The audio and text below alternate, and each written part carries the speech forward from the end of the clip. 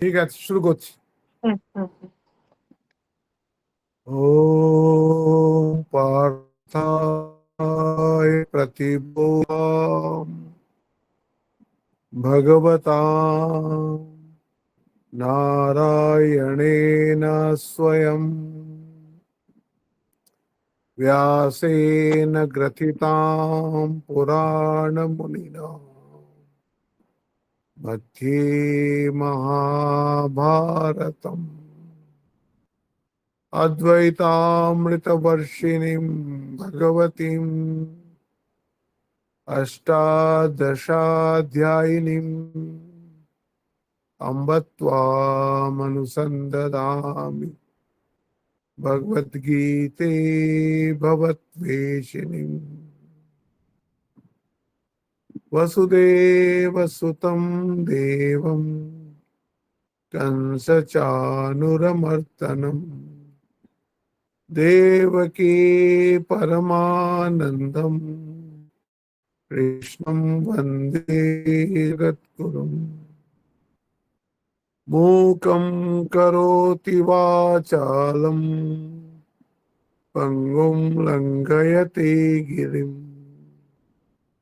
यत्कृपातमहं वन्दे परमानन्दमाधवम्। আমরা অনেক দিন পরে এই আবার এই গীতার পাঠ আলোচনা এবং বিচারে যোগদান করেছি। আমার মনে হলো সাধারণ, এটা একদম স্বভাবই এরকম যে সব ভুলে গেছি তো, কি পড়ানো হয়েছিল, কতদূর পড়ানো হয়েছিল, ওর ক্রমটা কি ছিল, কেন কৃষ্ণ এই কথা বললেন, কি কি বিষয় গেছে, কিছুই মনে নাই। সবারই তাই হবে। তা আমি একবার ভাবছি যে এই দ্বিতীয় অধ্যায়টা যেখান থেকে শুরু হয়েছে সেখান থেকে যতদূর পড়া হয়েছে সেটাকে রিক্যাপিচুলেট করে তারপরে তার আগেরটা পড়বো। তাহলে আপনাদেরও মনের মধ্যে ব্যাপারগুলো আবার থেকে এসে যাবে। আর দ্বিতীয় ব্যাপার হচ্ছে যে এর মধ্যে যদি আপনার কিছু নোট করার কথা মনে হয় তো আপনার নোট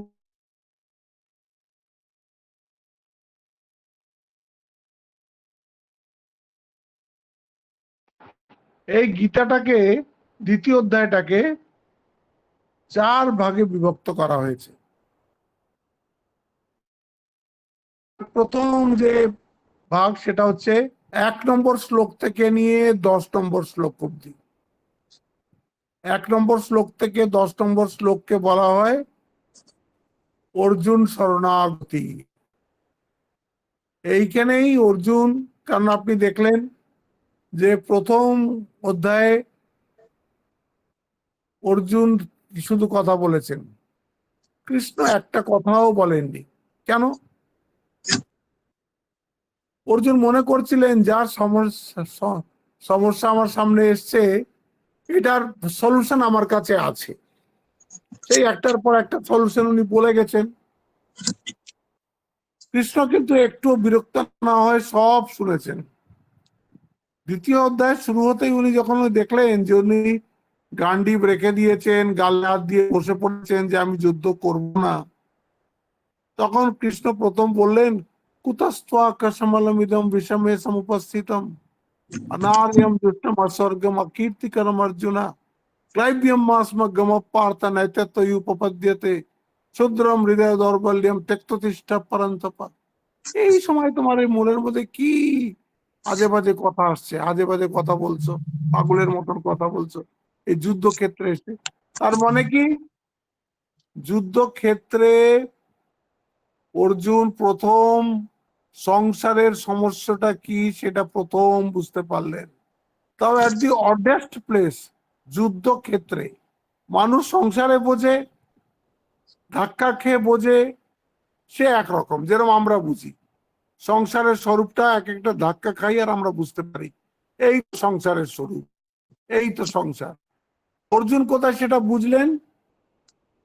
সেটা বুঝলেন একেবারে যুদ্ধক্ষেত্রে, যেখানে দুই দিকেরই সৈন্য একদম রেডি, শঙ্খ বেজে গেছে, যুদ্ধর জন্য দুই দলেরই একদম সিংহ, বাঘ, হাতি, ঘোড়া সব চিৎকার চেল্লামিল্লি শুরু করে দিয়েছে, ঢাক বাজছে।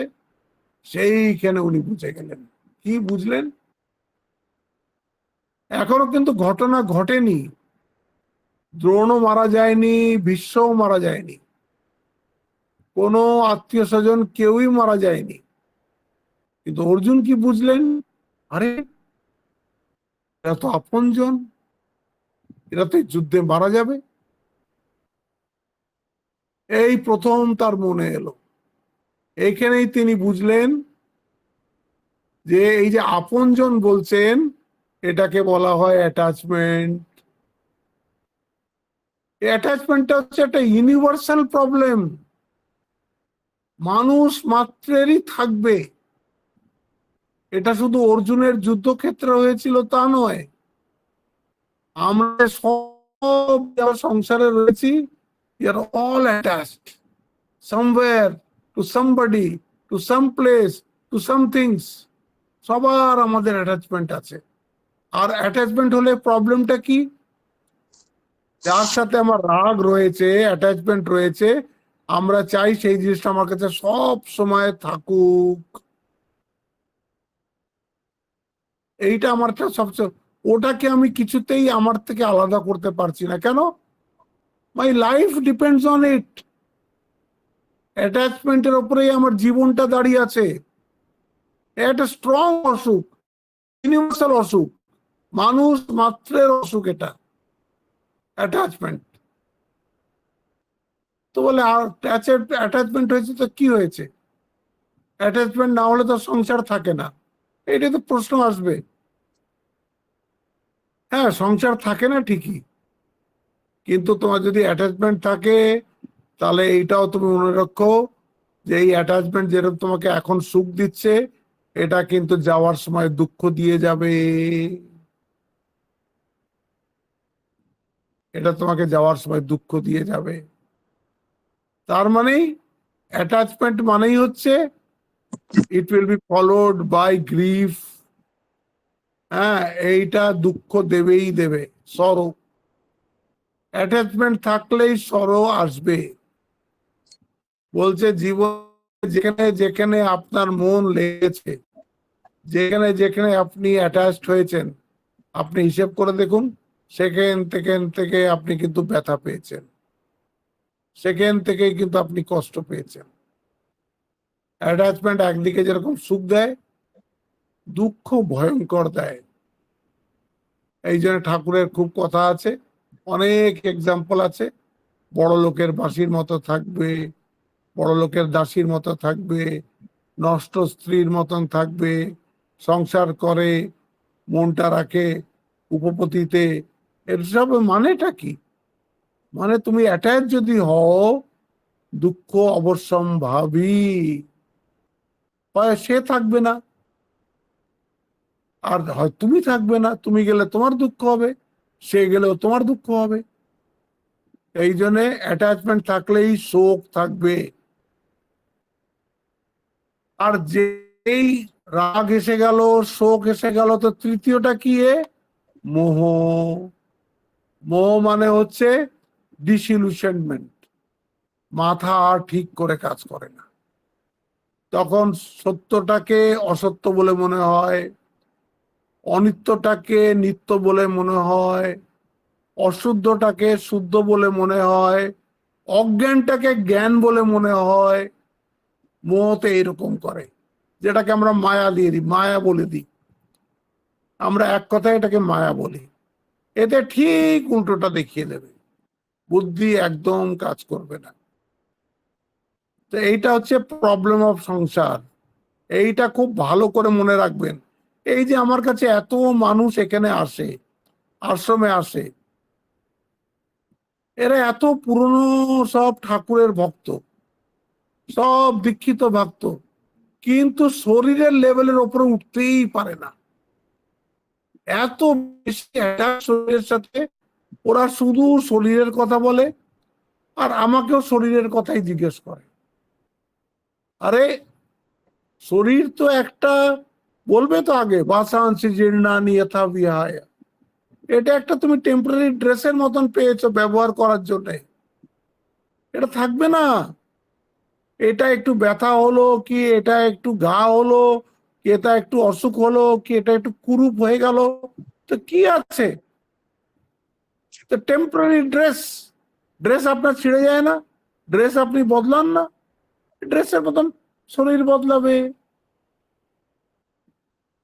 এই কথাগুলো যারা এই ঠাকুরের কাছে অন্তত এসছে, তাদের তো এগুলো আশা করা হয় যে তারা এগুলো শিখছে, নাই তো সেই অমৃতময় জীবন, আনন্দ জীবন আমরা পাবো কি করে? আমরা যে গান করি, যেখানে মায়ের নাম সেখানে আনন্দ ধাম, সেই আনন্দ ধামটা যদি আমরা শরীরের মধ্যে খোঁজার চেষ্টা করি, কোনোদিন পাবো না। শরীর তো কষ্ট, আস্তে আস্তে বৃদ্ধ হবেই, শরীরে নানান রকম দোষ আসবে। আজকে একজন ভদ্রলোক এসেছিলেন, তার 91 বছর বয়স, সুন্দর এসছেন, একদম সোজা হয়ে দাঁড়ান, সৌম্যকান্তি। হ্যাঁ, সে শুধুই বলছে কানে শুনি না, মনে থাকে না। আমি বললাম, আরে আপনি নিজের পায়ে চলে এত দূর থেকে আশ্রমে এসছেন, এটা কি কম 91 বছর বয়সে? আর আপনি কি চান? আর এইগুলো তো হবেই। এই কানে শুনেন না, আমি আমি বললাম আমিও কানে শুনি না, একটা কানে আমি একদম শুনি না, আমারও কিছু মনে থাকে না।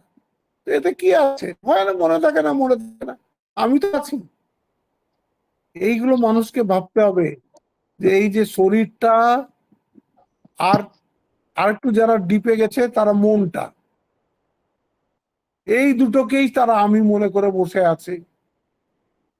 এইটা কখনো মনে করে না এই দুটো যেন একটা গগলসের দুটো কাঁচ।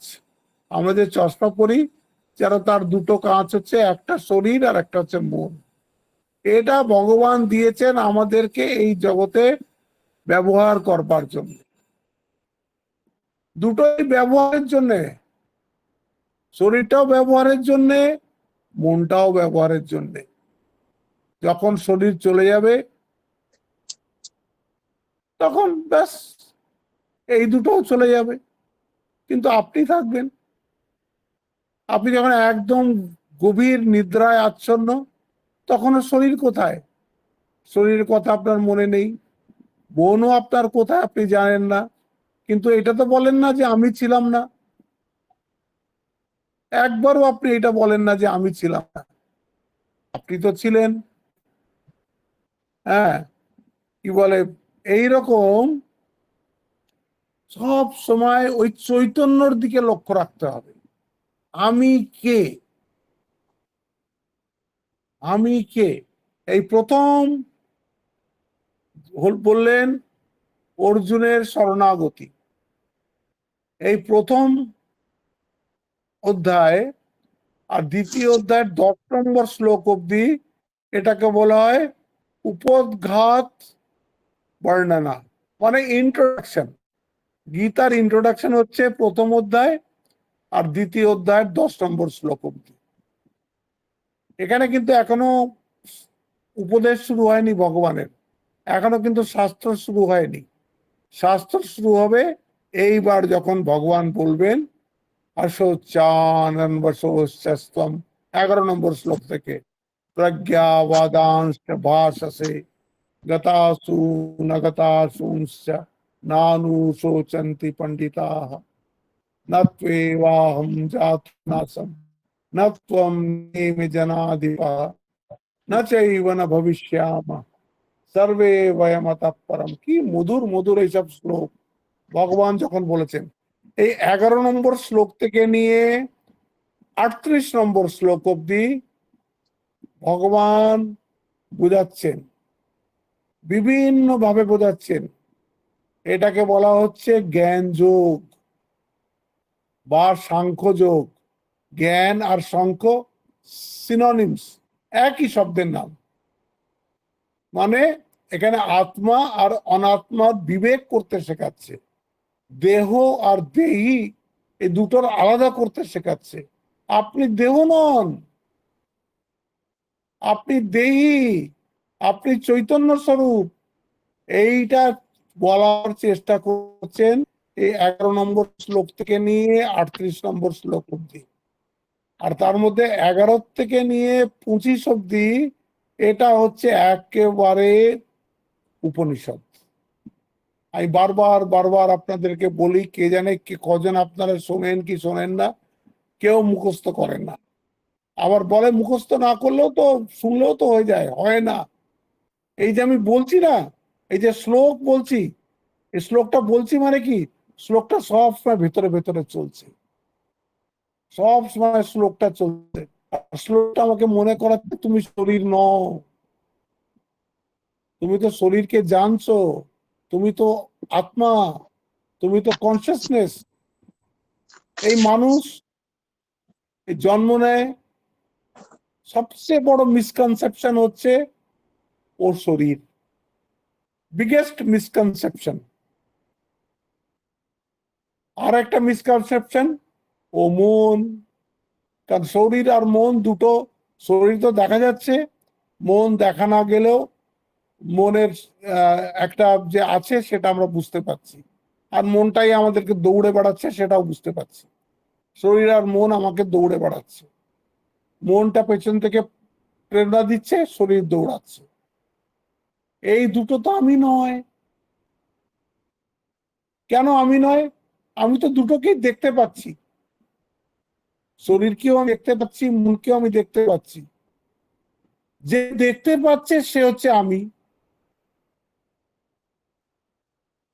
যে দেখতে পাচ্ছে সে হচ্ছে আমি, আর যা দেখা যাচ্ছে তা তো আমি নয়। এইটা পরিষ্কার বুঝতে হবে গীতা পড়তে পড়তে। যা কিছু দেখা যাচ্ছে সেটা আপনি হতে পারেন না। আপনার সামনে চেয়ার পড়ে আছে, আপনি তো কখনো বলেন না যে আমি চেয়ার।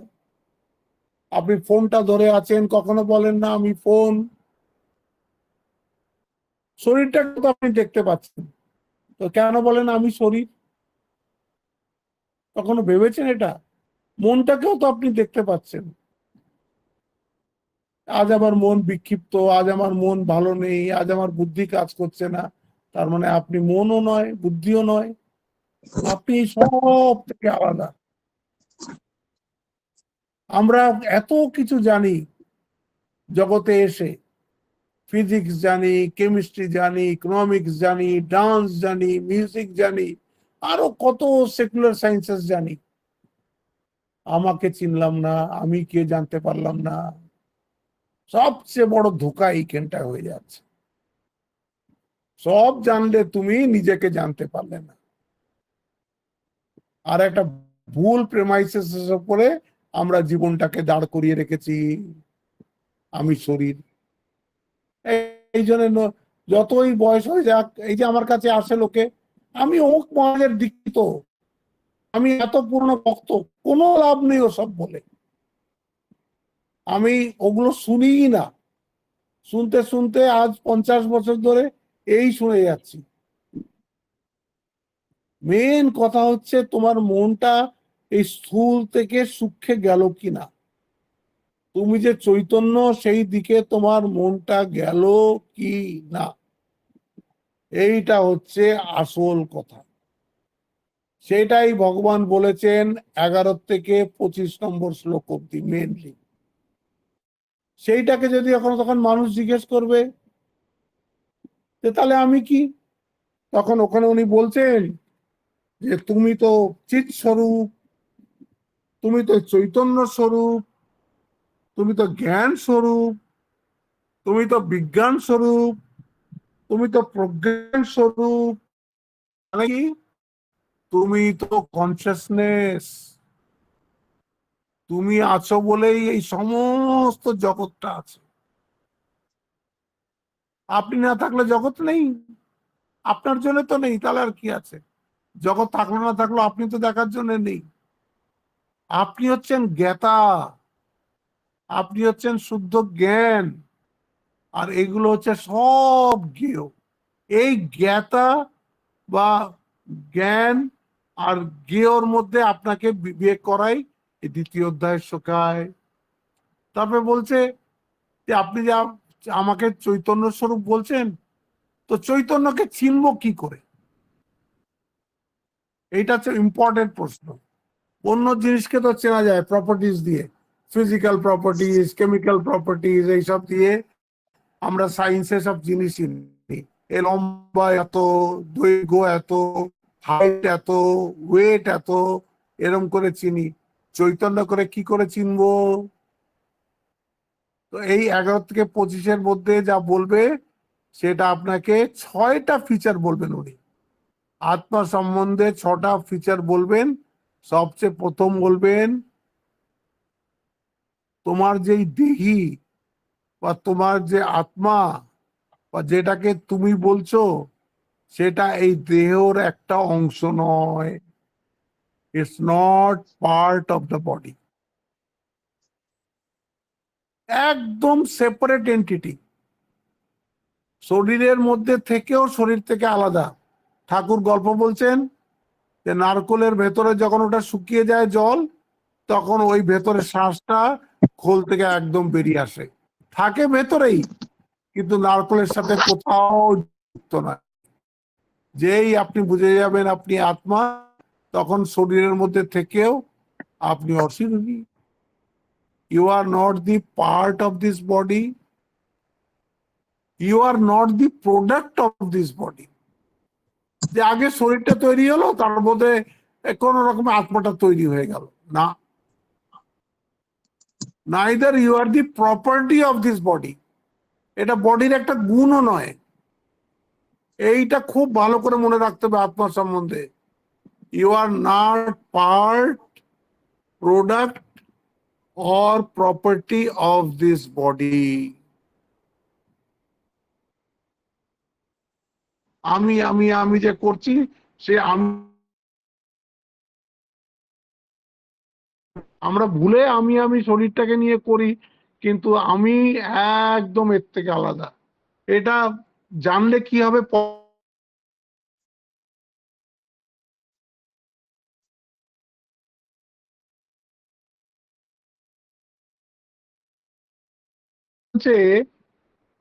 শরীর আত্মার বা শরীর।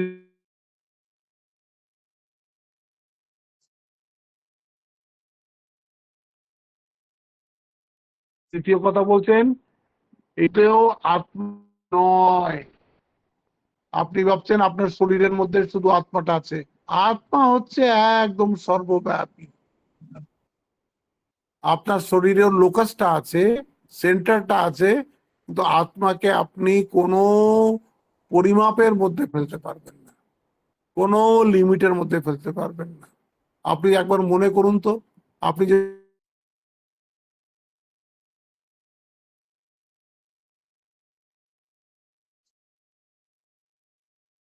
আত্মা মনে করেন, আপনার ফ্রিডমকে রোকে কে?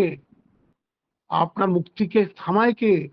বলছে it is not bound by the boundaries of the body, and it even exists after the body collapses. শরীর মরে গেলেও আত্মা তো আত্মার মতন একদম সর্বব্যাপী হয়ে রয়েছে। তারপরে বলছেন এই যে আত্মা, এটাকে আপনি বলছে না অব্যক্ত ইয়ামা অবিকার্য ইয়মুচ্যতে, মানে এটাকে আপনি কোনো সেন্স অর্গান দিয়ে পারসিভ করতে পারবেন না। চোখ দিয়ে আত্মাকে দেখতে পারবেন না, মন দিয়ে আত্মার ধ্যান করতে পারবেন না, কিচ্ছু পারবেন না। তখন সাধারণত এই প্রশ্ন আসে যে তাহলে আত্মা আছে, তার প্রমাণটা কি? প্রমাণ তুমি নিজে।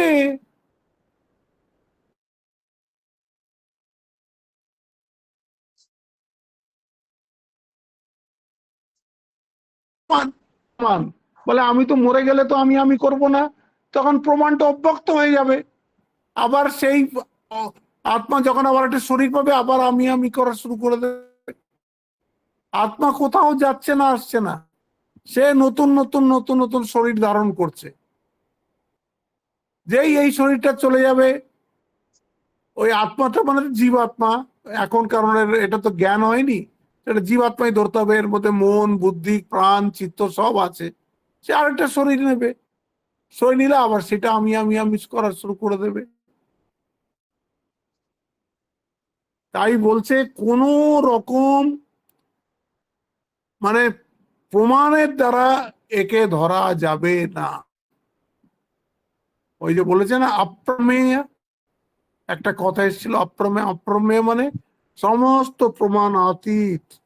এই 6টা ফিচার্স বলেছেন এই 11 থেকে 25 নম্বর শ্লোকে ভগবান।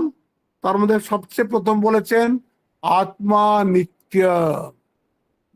আত্মা নিত্য মানে এর এক্সিস্টেন্সের জন্য কারোর সাহায্যের দরকার নেই।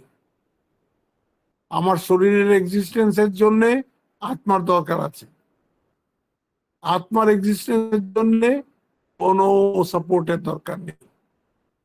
যেটা নিজের মহিমাতে নিজে দাঁড়িয়ে থাকে তাকে বলে নিত্য। আত্মা নিত্য। আত্মা সত্য মানে কি ত্রিকালাবাধিত, ছিল, আছে, থাকবে।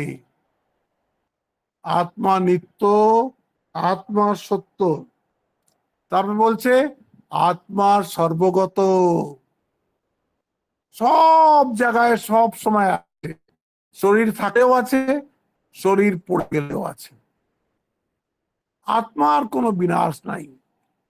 তারপরে বলছে আত্মা অপ্রমেয়, কোন প্রমাণ দ্বারা তাকে ধরা যাবে না। তারপরে বলছে আত্মা অকর্তা অভোক্তা। এইগুলো মনে রাখবেন, যখনই আমি বলছেন তখনই এই 6টা ফিচার কিন্তু একসাথে এসে যাচ্ছে। আত্মা নিত্য, আত্মা সত্য, আত্মা সর্বগত, আত্মা অপ্রমেয়, আত্মা অকর্তা অভোক্তা, আর তারপরে লাস্ট হচ্ছে আত্মা নির্বিকার, কোন রকম বিকার ওর মধ্যে উপস্থিত হয়। বিকার হলে তো চেঞ্জ হবে, আত্মার মধ্যে কোনো বিকার নেই। এই 11 থেকে 25 নম্বর শ্লোক অব্দি ভগবান এই 6টা ফিচার্স এর কথা বলেছেন।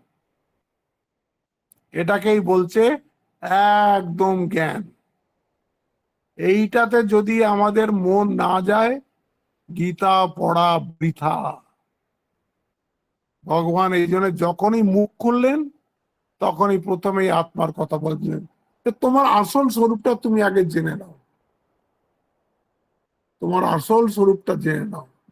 বলে এটা তো খুব কঠিন, কিছুতেই বোঝা যাচ্ছে না। তাকে আপনি বলছেন যে অপ্রমেয়, তাকে কোনো প্রমাণ দ্বারা, প্রত্যক্ষ অনুমান প্রমাণ উপমান কোনোটা দ্বারা তাকে জানা যাচ্ছে না, তাহলে যে সে আছে কি? তখন একটা উনি শ্লোক বলেছেন, 29 নম্বর শ্লোক, মনে আছে বোধহয়, আশ্চর্য পশ্যতি কশ্চিদেনম আশ্চর্যবৎ বদতি তথৈব চান্য় আশ্চর্যবচ্চৈনম অন্য শ্রোতি শ্রুত্বাপ্যেনম বেদ ন চৈব কশ্চিৎ। এ এত সূক্ষ্ম, এত সূক্ষ্ম। বলছে তোমার বুদ্ধি একদম যখন নির্বিষয় হয়ে যাবে, শুদ্ধ হয়ে যাবে, তখনই তুমি আত্মার সম্বন্ধে একটু ধারণা করতে পারবে। আছে জেনে রাখো, এটা পাওয়ার আমাদের জীবনের উদ্দেশ্য, সেটাও রাখো। তুমি যে এখনই পাবে, শুনেই পাবে, এটা কিন্তু হওয়ার নয়, এটা হওয়ার নয়। তার জন্য প্রিপারেশন লাগে। ভগবানকে জিজ্ঞেস করছে সেটা কি প্রিপারেশন, তখন বলছেন এসা 39 শ্লোক। এইবার আসছে এই তৃতীয় সেকশনটা। প্রথমটা হয়ে গেল অর্জুন শরণাগতি, দ্বিতীয় 11 থেকে 38 অব্দি হয়ে গেল জ্ঞান যোগ, এবার 39 থেকে 53 অব্দি হচ্ছে কর্মযোগ। সেটা শুরু হচ্ছে থেকে 39এই, এষা তে অভিহিতা সাংখ্যে বুদ্ধি যোগে তিমাম শিনুম বুদ্ধ্যা যুক্ত ইয়া পার্থ কর্মবন্ধম প্রাশ্যসি। তোমাকে নিষ্কাম কর্ম করতে হবে। তুমি সকাম কর্ম তো কত জীবন ধরে করে আসছো, আর তার ফল হচ্ছে কি? বারবার তুমি জন্মাচ্ছ, বারবার তুমি মরছো, আর অজ্ঞানের মধ্যেই জীবন কাটাচ্ছ। তুমি জ্ঞান তো চাও, তুমি আনন্দ তো চাও, তুমি জীবনের সিকিউরিটি তো চাও, তুমি শান্তি তো চাও, পাচ্ছ না তো। এত জন্ম নিয়েও তো পেলে না। কেন পেলে না? তুমি চেষ্টাই করনি। তুমি চেষ্টাই করনি সেটার। মানে কি চেষ্টা করতে হবে? বলে একদিন তুমি কর্ম করেছো সকাম, তার পেছনে সব তোমার কর্মের পেছনে একটা সেলফিশ মোটিভ ছিল। এখন তুমি কর্ম করো কিন্তু সেলফলেস হয়ে। বলে তাহলে ফল? ফল তখনও পাবে। কর্ম তুমি যখন করছো ফল তুমি তার পাবেই পাবে। তুমি সেলফিশ ভাবে করো কি সেলফলেস ভাবে করো। একটা টিচার পড়ায়, সেও মাইনে পায়। একটা টিচার পড়ায় না, সেও মাইনে পায়। দেখুন তো, তাহলে কিন্তু যে টিচারটা পড়িয়ে মাইনে পাচ্ছে তার জীবনে উন্নতি ঘটবে, কারণ সে তার কর্তব্য কর্ম করছে। আর যে ফাঁকি মারছে সে, তার জীবন নিচের দিকে যাচ্ছে। বেশ আছি বলছে, সে ঠাকুরের গল্পের মতন সেই মাছ জাল মুখে করে বেশ আছি বলে কাদায় গিয়ে লুকিয়ে থাকে, আবার জেলে টেনে তোলে, আবার সে মাছ কি পোকামাকড় হয়ে জন্মায়। এই জন্য বেশ আছি তখনই বলা যায় যখন আমাদের এই জ্ঞানটা হয়ে যাবে। এই জ্ঞানটা লাভ করার চেষ্টা আমাদের সব সময় করতে হবে। এ দুরূহ তত্ত্ব। প্রথম অধ্যায় আপনি খুব ভালো করে বুঝে যাবেন, ভক্তিযোগ আপনি খুব সহজে বুঝে যাবেন। কিন্তু এই যে জ্ঞান যোগ, এই যে আত্মতত্ত্ব, এইটা দেখবেন কিছুতেই বোঝা যাচ্ছে না। যেটার সম্বন্ধে আমার কোনো ধারণাই হচ্ছে না সেটা কি করে বুঝবো? কারণ সব জিনিসকে তো আমরা কনসেপচুয়ালাইজ করি মন দিয়ে। দেখা না গেলেও মন দিয়ে একটা মানসিক পিকচার তৈরি করি। আত্মা সম্বন্ধে আপনি কোনো পিকচার তৈরি করতে পারছেন না। অথচ ভগবান বলছেন ওই আত্মাই একমাত্র আছেন। এই তখন বুঝতে হবে যে আমাদের এখনো সেই জ্ঞানটাকে ধারণ করার মতন মনটা তৈরি হয়নি। তাই জন্য ভগবান বলবেন এরপরে দুটো আগে উদাহরণ দেবেন, কর্মযোগের পরিভাষা দেবেন। হ্যাঁ, একটা হচ্ছে যোগা কর্মসু কৌশলম, আর একটা দেবেন সমত্বম যোগ উচ্চতে। কর্ম করছি কিন্তু কৌশলে কর্ম করা মানে কি? যাতে আমি কর্ম করেও কর্মে না জড়াই। এটাকে বলে হচ্ছে যোগা কর্মসু কৌশলম। আর সমত্তম যোগ উচ্চতে মানে হচ্ছে আমি কর্ম করছি but my mind is equanimity whether in success or failure. মনে আমার কোনো বিচরণ নেই। তারপরে বলছেন কর্মযোগটা কি? তো দুটো বীজ শ্লোক বলেছে, যেটা তৃতীয় অধ্যায়ে বিস্তার হবে। একটা হচ্ছে কর্মণ্যেবাধিকারস্তে মা ফলেষু কদাচন মা কর্ম ফল হেতুর্ভূ মা তে সঙ্গোস্ত কর্মণি। এইটা হচ্ছে একদম গীতার কর্মযোগের চতুর্সূত্রী। চারটে পাদ আছে, চারটে পাদই ইকুয়ালি ইম্পর্টেন্ট। কর্মে তোমার অধিকার আছে, কর্মফলে কখনোই নেই। কর্মফলে তোমার কখনোই নেই। হ্যাঁ, কর্ম ফলে নিজেকে হেতু মনে করবে না। আমি করেছি এই ভাব মনের মধ্যে রাখবে না। ইন্দ্রিয় দ্বারা কর্ম হয়েছে, জ্ঞানেন্দ্রিয় কর্মেন্দ্রিয় দ্বারা কর্ম হয়েছে, সবসময় এটা মনে রাখবে। আচ্ছা, তারপরে বলছেন আচ্ছা কর্ম করব আর কর্মের ফলেও আমার অধিকার নেই, তাহলে কর্ম করব কেন? বলছেন মাতে সঙ্গস্ত কর্মণি। অসঙ্গর থেকে, অকর্মর থেকে তোমার যেন সঙ্গ না হয়ে যায়। অকর্মকে তুমি নিজের বন্ধু বানিয়ে ফেলো না, কিছুই করব না। যখন কর্ম করে কর্ম ফলের আশা করছি না, কর্মই করব না, যেরকম বেশিরভাগ লোক করে না। তোমাকে সকাম কর্মই করো না, করতে করতে করতে করতে একদিন তোমার নিষ্কাম কর্মে তুমি আসবেই আসবে, নিজেই আসবে। যখন তুমি বুঝবে যে সকাম কর্মের ফল 0, কত চাইবো, ওটাই তো হচ্ছে। এই মানুষ দেখছেন না, শুধুই ছুটছে ছুটছে ছুটছে ছুটছে। কজন দাঁড়িয়ে ভাবে যে আমরা কেন ছুটছি? ভাবে না, কিছুই ভাবে না। এই জন্যে কর্ম একদম ত্যাগ করবে না, কর্ম করে যাবে, অনলস ভাবে করে যাবে। কর্মের ফলটা যেন কর্ম করার সময় মনের মধ্যে না থাকে। আপনি পড়াচ্ছেন, এই রে এবার ইনক্রিমেন্টটা পাবো, এইবার আমার এইটা ডিউ হবে, এই তাহলে কি পড়াবেন? এরকম করলে হবে না। কর্ম করতে হবে, কর্মের ফলের আশা তো আপনি কর্ম যখন করছেন, কর্মফলের একটা তো ফল হবেই, একটা তো ফল হবেই। এই জন্য আর কর্মের ফলের চাই সাকসেস হোক কি ফেলিয়ার হোক, তার হেতু নিজেকে মনে করবেন না। আমি কাজ করেছি। আজকে একটা ছেলে এসেছিল, মেডিকেলের এন্ট্রান্স এক্সাম দিয়েছে।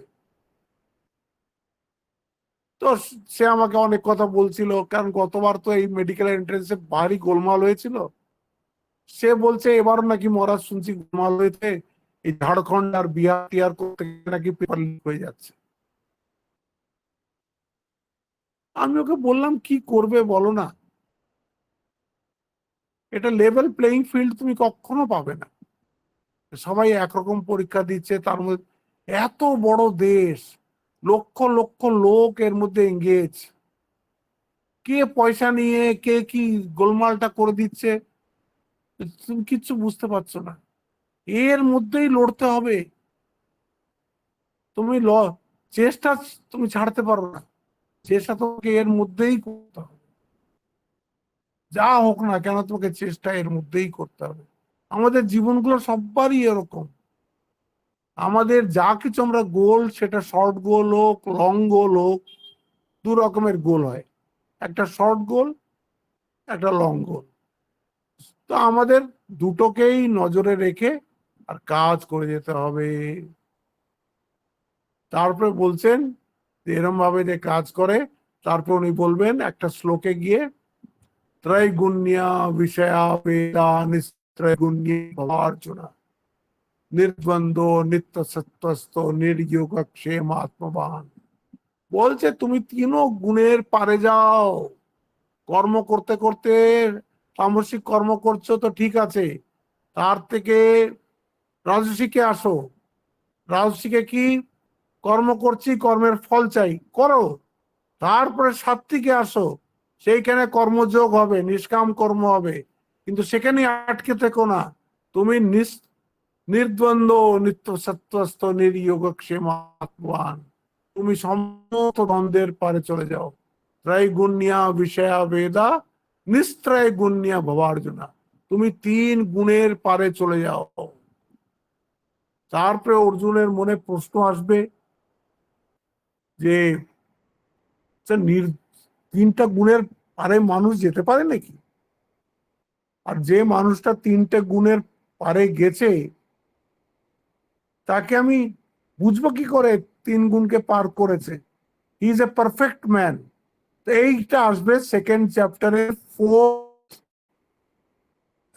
কি বলে সাব টপিক। প্রথমটা হয়ে গেল অর্জুন শরণাগতি। এই অর্জুন শরণাগতিতে একটা কথা বলতে ভুলে গেছি। আচ্ছা, ওখানে ভীষ্ম ছিলেন, দ্রোণ ছিলেন, যুধিষ্ঠিরও ছিলেন, বড় বড় ধার্মিক লোক ছিল। অর্জুনকে কেন ভগবান বললেন? কারণ অর্জুন জিজ্ঞেস করেছে। এই প্রশ্নটা অর্জুনের মনে এসছে যে প্রবলেমের সংসার আমি কি করে, বলছে না, কার্পণ্য দোষ অপহত স্বভাব পৃচ্ছামি ত্বাম ধর্ম সম্মূঢ় চেতা এতস্যাৎ নিশ্চিতম ব্রূহি তন্মে। আরেকটা ফোন আমাকে ডিস্টার্ব করছে। এতস্যাৎ ব্রূহি তন্মে নিশ্চিতেয়ম স্বাদিমাম ত্বম। যখন তুমি একদম ভগবানের শরণাগত হবে, অর্জুন যখন বুঝলো যে তার বুদ্ধিতে চলবে না, তখন কৃষ্ণ বললেন। সেই প্রশ্নটা যুধিষ্ঠিরের মাথায় আসেনি, সেটা ভীষ্মের মাথায় আসেনি, সেটা দ্রোণের মাথায় আসেনি, দুর্যোধনের মাথায়ও আসেনি, কারুর মাথায় আসেনি যে এরা মারা যাবে, হ্যাঁ এই হবে, তা আমি কি করে এরকম রাজ্য ভোগ করব, এর মাথায় এসেছিল। তো যত বড়ই গুরু হোক না কেন, বলার মানে হচ্ছে এইটা, গ্রেটেস্ট গুরুও যদি আসে, সেও একটা শিষ্যের উদ্ধার করতে পারবেন না যতক্ষণ শিষ্যের মনের মধ্যে এই প্রশ্ন আসবে না যে what is the way out, আমি এর থেকে কি করে বেরোবো, আমি এর থেকে কি করে রক্ষা পাবো। সে যদি অন্য বন্ধু বান্ধবকে জিজ্ঞেস করতো, আরো কাউকে জিজ্ঞেস করতো, তাহলে আন্ধা নেই বা নিয়মানা ইয়াথান্দা, তারাও তো খাবি খাচ্ছে, তারা কি বলবে। অর্জুনের খুব ভাগ্য ভালো, তার সামনে স্বয়ং ভগবান দাঁড়িয়ে, তিনি ভগবানকেই এই প্রশ্নটা করলেন, শিষ্যস্তেহম সাদিমাম ত্বাম প্রপন্নম। আমি একদম, বলছে না যখন আমরা এই যে সন্ন্যাস নিই, মুন্ডিত মস্তক, মুন্ডিত মস্তক মানে কি, এই যত আমাদের মাথায় চুল আছে ততগুলো আমাদের প্রেডিজুসেস আছে, ততগুলো আমাদের রং নোশনস আছে, ওই সব আমরা ত্যাগ করে গুরুর কাছে শরণাগত হচ্ছি, ভগবানের কাছে শরণাগত হচ্ছি। আমি, আমার দ্বারা আর কিচ্ছু হবে না, আপনি রাস্তা দেখান, আপনি রাস্তা দেখান। তখন ভগবান বললেন, ভগবান আগে তাকে জ্ঞান যোগ বললেন যে তুমি দেখো, তুমি যে নিজেকে শরীর মনে করছো, কি তুমি নিজেকে মন মনে করছো, তুমি দুটোই নও। এই শরীর আর মন তোমাকে চশমার দুটো কাঁচের মতন দেওয়া হয়েছে ব্যবহার করার জন্য, টেম্পোরারি। হ্যাঁ, এটা টেম্পোরারি, একেবারে টেম্পোরারি। হ্যাঁ, এই জন্যে এটা ব্যবহার শুধু করো, তারপরে বদলে যাবে। তাহলে আমি কি? তা ভগবান বললেন, তুমি কি? তুমি নিত্য, তুমি সত্য, তুমি সর্বগত, তুমি অকর্তা, তুমি অভোক্তা, সব বললেন, ছটা ফিচার্স বললেন। তারপরে কি বললেন? তারপরে বললেন তুমি একদম নিস্ত্রায় গুণ নিয়ে ভাবা অর্জুনা, কর্ম করতে করতে তুমি কর্মের পারে চলে যাও। কর্মের পারে যাওয়া মানেটা কি? তুমি কর্ম করবে, কিন্তু তুমি কর্ম করছো এইটাও তোমার মনে থাকবে না। ঠাকুরের গল্পে দেখছি না, ওই অঞ্জলি দিয়ে করতে যাচ্ছে না, আঙুলগুলো ফাঁক হয়ে যাচ্ছে নিজে নিজে, মানে সমস্ত কর্ম তার শেষ হয়ে গেছে, সেই জল দিয়ে তর্পণও করতে পারছেন না। এত দূর অহংকারের বিলোপ হয়ে যাবে। নিস্ত্রায় গুণ নিয়ে ভাবা অর্জুনা, নির্দ্বন্দ্ব নিত্য সত্যস্থ নির্যোগক্ষেম আত্মবান, এটা হয়ে গেল। তারপরে অর্জুনের প্রশ্ন 54 নম্বর শ্লোকে, যে স্থিত প্রজ্ঞস্য কা ভাষা সমাধিস্থস্য কেশব স্থিতধি কিম প্রভাসেত কিমাসীত ব্রজেত কিম। এই 56 নম্বর শ্লোক থেকে 52 নম্বর শ্লোক অব্দি এবার ভগবান বলবেন স্থিতপ্রজ্ঞ লক্ষণানি, স্থিতপ্রজ্ঞকে কি করে চিনবো, যাতে উনি বললেন প্রজাতি যদা কামান সর্বান পার্থ মনোগতান আত্মন্যে আত্মনা তুষ্টা স্থিতপ্রজ্ঞস্ত দৌচ্যতে, এরকম করে বললেন। দুঃখেষু অনুদিগ্ন মনা সুখেষু বিগত প্রিয়া ভিতরাগ ভয় ক্রোধ স্থিতির্মুনির উচ্যতে ইহ সর্বত্রাণ বিস্নেহ তত্ত প্রাপ্য শুভম অভিনন্দতি না দ্বেষ্টি তস্য প্রজ্ঞা প্রতিষ্ঠিতা। এরকম করে বললেন স্থিত প্রজ্ঞা লক্ষণানি। এরপরে উনি বলবেন, এসে গেছে, যে কি করে স্থিতপ্রজ্ঞ হওয়া যায়। যথা কুর্মঙ্গনাবি সর্বশা 60 নম্বর শ্লোক আমরা শেষ করেছিলাম, আমরা আবার সেইখান থেকে কালকে শুরু করব। আমি আজকে শুধু আমরা দ্বিতীয় অধ্যায় এবং প্রথম অধ্যায়ের সামারিটা আপনাকে এইখানে দিয়ে দিলাম। এইটা আপনি মনে করে আর মুখস্থ করুন। আপনাদের আমি বারবার মুখস্থ করতে কিছু লাগে না, ওই চ্যাপ্টারটাকে দিনে একবার করে পড়ুন, দেখবেন 6 মাসের মধ্যে চ্যাপ্টারটাই মুখস্থ হয়ে গেছে। ভেঙে ভেঙে আস্তে আস্তে পড়ুন, বা অ্যাপ আছে, অ্যাপ দেখে দেখে পড়ুন, অ্যাপের সাথে সাথে পড়ুন, দেখবেন আপনার চ্যাপ্টারটা মুখস্থ হয়ে গেছে। মুখস্থ হলে কি হবে, দেখুন আমার কাছে তো বই নেই, কিছু নেই, নিজের থেকেই ভেতর থেকে সব শ্লোক নিজে নিজে চলে আসছে। এইটা হচ্ছে মজা। গীতা জীবনে বাঁচতে হলে গীতাকে মুখস্থ করতে হবে। গীতা মুখস্থ করলে সেই সংস্কৃত ভাষা একটা নিজস্ব শক্তি আছে, সেই শক্তিটা আপনি পাবেন। আজকে এইখানেই শেষ করছি, কালকে আবার 8:50 আমরা মিলিত হব। ওম শান্তি শান্তি শান্তি। হরি ওম তৎসৎ। শ্রীরাম কৃষ্ণার্পণমস্তু। प्रणाम महाराज जी। राम नेवन महाराज।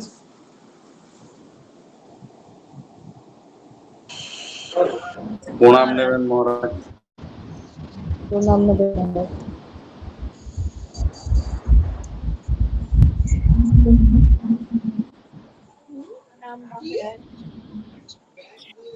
प्रणाम महाराज।